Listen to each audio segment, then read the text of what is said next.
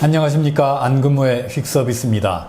미국 물가가 또 예상보다 높게 나왔습니다. 뉴욕 증시에서는 기술주를 중심으로 대대적인 매도세가 펼쳐졌습니다. 주로 대형 기술주들로 구성된 나스닥 100 지수입니다. 밤사이에 3% 넘게 급락했습니다. 아주 중요한 지지선으로 봤던 12,000 레벨이 결국 무너졌습니다. 지수는 이제 지난 2020년 가을 수준으로 돌아갔습니다. 1년 반 동안의 상승분을 모두 반납했습니다. 정규장 개장 초에만 해도 분위기가 나쁘지는 않았습니다. 저가 매수세가 계속 유입되면서 상승 반전을 여러 차례 시도했습니다. 그러나 번번이 반등에 실패했고 고점은 차츰 낮아졌습니다. 오후 들어서 시장은 기력을 완전히 잃었습니다. 12,000선이 막판에 결국 무너졌습니다. 미국 근원 소비자 물가 전월비 상승률입니다. 식품과 에너지를 제외한 물가지수가 얼마나 빠른 속도로 오르는지를 보여줍니다. 4월 중 0.6%의 상승률을 기록했습니다. 앞서 지난 3월에 0.3%로 떨어져서 희망을 줬는데 다시 가속도를 내고 말았습니다. 시장 예상치 0.4%를 제법 크게 웃돌았습니다. 연방기금금리 선물시장은 별다른 변화를 보이지는 않았습니다. 흰색선 6월 FOMC에도 대략 50bp의 금리 인상이 이루어질 것이라고 예상했습니다.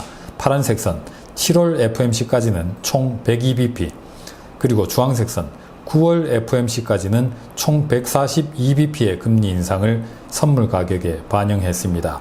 앞으로 남은 3차례 회의에서 50bp씩 내리 금리를 인상할 거라는 구상이죠.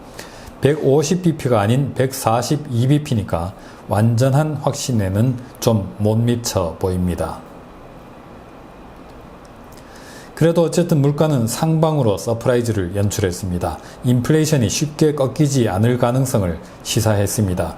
연준 금리 인상이 강해질 리스크는 커졌습니다. 그래서 미국채 2년물 수익률은 미국 4월 CPI 발표에 강렬하게 반응했습니다. 순식간에 10bp 넘게 솟구쳤습니다.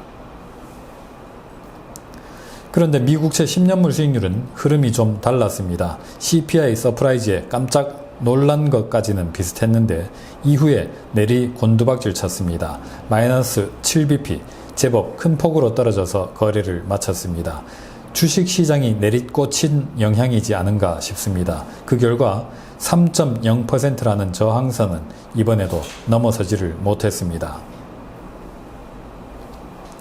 미국채 2년물과 10년물 수익률 스프레드입니다. 단기금리가 올랐는데 장기금리는 떨어졌으니까 자연히 장단기 금리차가 대폭 좁혀졌습니다.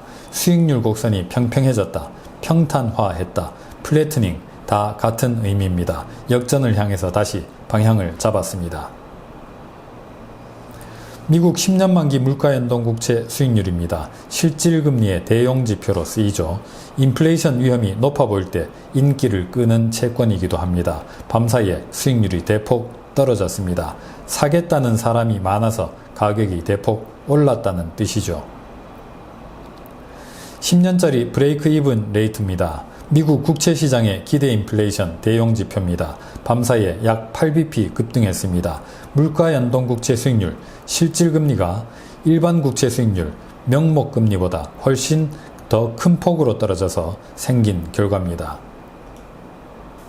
테라 USD 붕괴로 촉발된 코인 시장의 혼란이 어쩌면 밤사이 펼쳐진 부정적인 시장 흐름의 배경이 됐을 수도 있겠습니다.